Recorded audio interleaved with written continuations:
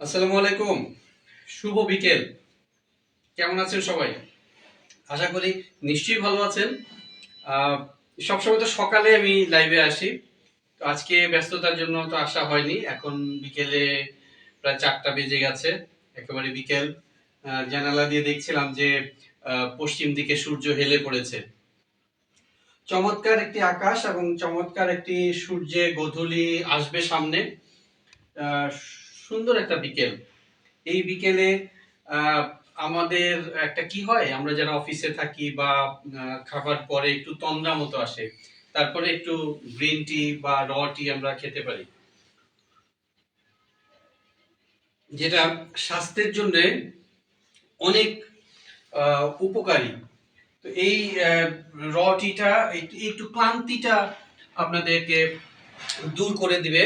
আপনারা ক্লান্তি মুক্ত থাকবেন এবং একটু ঝিমুনি, চেয়ারে বসে ঝিমুনি আসে, সেই ঝিমুনিটা আসবে না। এটি মনে করে দেওয়ার জন্য যে এই ঝিমুনিটা যেন না আসে, এবং যাতে ঠিক মতো কাজ করে যেতে পারেন, ঝরঝরা থাকেন আমার মতো। তাই এক কাপ র টি মন্দ হয় না। ও হ্যাঁ, আরেকটা কথা না বললেই নয় যে এখন কিন্তু সারা দেশে পুজোর ছুটি প্রায় হয়ে গেছে। অনেক স্কুল কলেজ শিক্ষা প্রতিষ্ঠানে আজকে হয়তো ক্লাস হয়ে বন্ধ হয়ে যাবে, খুব সম্ভব। কাছাকাছি অনেকেরই বন্ধ হয়ে গেছে বা যাবে। তো এই পুজোর ছুটিতে কিন্তু অনেকেই আহ, প্রায় 4-5 দিন ছুটি পাওয়া যাচ্ছে বলে অনেকেই কিন্তু আমরা শহর ছেড়ে গ্রামে যাচ্ছি। কেউ গ্রাম থেকে শহরে যাচ্ছে, কেউ দূর দূরান্তে যাচ্ছে, বেড়াতে যাচ্ছে পরিবার নিয়ে। এই সময়ে আপনাদেরকে আহ, একটু সচেতন থাকতে হবে, কারণ দেশের যে পরিস্থিতি এখন, এটা না বললেই নয়, এটা আমরা সব প্রত্যেকেই জানি। ভালো মন্দ যে অবস্থাটা এখন চলছে, তাতে করে আমরা একটু সচেতন থাকব। আমরা ঠিকমতো ঘরের দরজা বন্ধ হয়েছে কিনা, যখন আমরা ঘর থেকে বেরোবো, 4-5 দিনের জন্য বেরোবো, তখন ঠিকমতো বন্ধ হয়েছে কিনা সেদিকে আমরা খেয়াল রাখবো।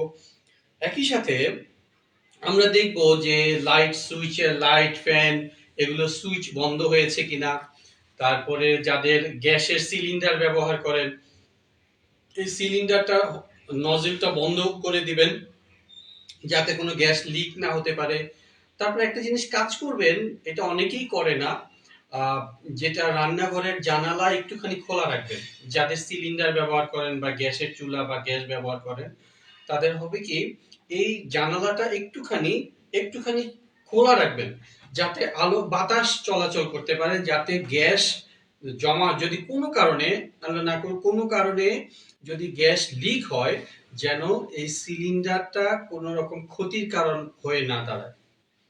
প্লাস ইলেকট্রনিক জিনিসপত্র থাকে, যেমন ফ্রিজ থাকে, ফ্রিজের একটা গরম একটা বাতাস বের হয়, সেগুলো যাতে সমানভাবে বেরিয়ে যেতে পারে, যে ভুলটা আমরা করি।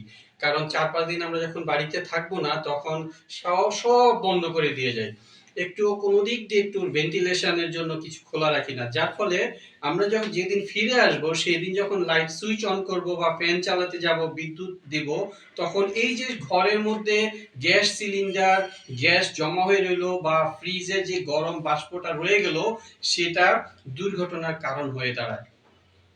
কারণ এই দুর্ঘটনা ভয়াবহ দুর্ঘটনা হয়ে যায়। এই 2-3 দিন ধরে আমরা পত্রিকায় দেখছি যে ঢাকার টঙ্গীতে কেমিক্যাল গোডাউনে বিস্ফোরণে অলরেডি এই আজকে কালকে মিলে জানতে পেরেছি যে দুজন ফায়ার ব্রিগেডের নিবেদিত প্রাণ কর্মী, যে ফায়ার ফাইটার, ওনারা ইন্তেকাল করেছেন বাঁচাতে গিয়ে, সাহায্য করতে গিয়ে। তো আল্লাহ তাআলা তাদেরকে বেহেশত নসিব করেন এবং তাদের পরিবারকে ভালো রাখুন, আহ, যেন সহি সালামতে থাকে, সরকার যেন ঠিকমতো তাদের দেখাশোনা করে, সেই প্রত্যাশা করি। আর যে কথা বলছিলাম যে এই গ্যাস সিলিন্ডার যারা ব্যবহার করি আমরা, তার সেটি যেন ঠিক মতো আমরা রান্নাঘরে বন্ধ করে তারপরে বেরোই, এবং দরজার একটুখানি ভেন্টিলেশনের জন্য জায়গা খোলা রাখি। এদিকে কিন্তু খেয়াল রাখতে হবে, কারণ আপনি মনে রাখবেন যে আপনি 4-5 দিনের জন্য বাসার বাইরে যাচ্ছেন সব বন্ধ করে। আপনার ফ্রিজ থাকছে, ফ্রিজের একটা গরম বাতাস বের হয়, সেদিকে আপনাদেরকে কিন্তু খেয়াল রাখতে হবে।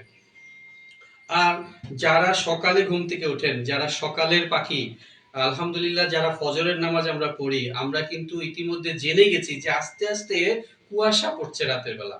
সকালের দিকে দেখা যায় যে একটু কুয়াশা কুয়াশা ভাব, একটুখানি ঘোলাটে ভাব, মানে আকাশে একটু ঠান্ডা ঠান্ডা আমেজ দেখা যাচ্ছে। শহরে যারা দেখতে পাচ্ছি, বিশেষ করে যারা একটু শহরতলিতে আছে, যারা একটু প্রত্যন্ত অঞ্চল আছে, তারা আরো ভালো বলতে পারবেন। ইতিমধ্যে তার মানে আমাদের সামনে কিন্তু শীত আসি আসি করছে। দেরি আছে, তারপরেও কেমন যেন সকালবেলা এই অবস্থাটা দেখা দেয়। এই অবস্থাটায় কি হয়, আমাদের যারা বাবা মায়েরা আছেন, যারা মুরব্বীরা আছেন, তারা যখন বেরোন বা তারা যখন ফ্যানের নিচে থাকেন বা বাইরে থাকেন, তাদের কিন্তু ঠান্ডা লেগে যেতে পারে। এমনকি ছোট বাচ্চাদেরও এই ঠান্ডাটা লেগে যেতে পারে, এবং এই ঠান্ডা থেকে কিন্তু নিউমোনিয়া হতে পারে। এবং যাদের শ্বাসকষ্ট আছে, তারা কিন্তু নিউমোনিয়া আক্রান্ত হলে ভয়াবহ পরিণতি হতে পারে। এবং এই পরিণতি একটি কঠিন কালো দিন চলে আসতে পারে, দুঃখজনক দিন চলে আসতে পারে কারো কারো জীবনে।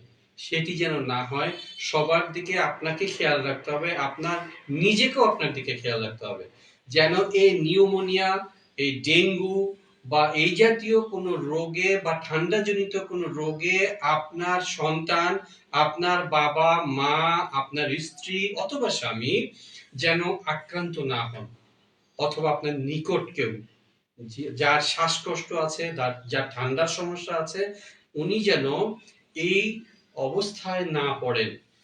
তার দিকে খেয়াল রাখবেন এবং আপনার নিজের দিকেও খেয়াল রাখবেন। মনে রাখবেন, আপনার স্বাস্থ্য আপনার সম্পদ, এর যত্ন নিন এবং আমাদের সাথেই থাকুন।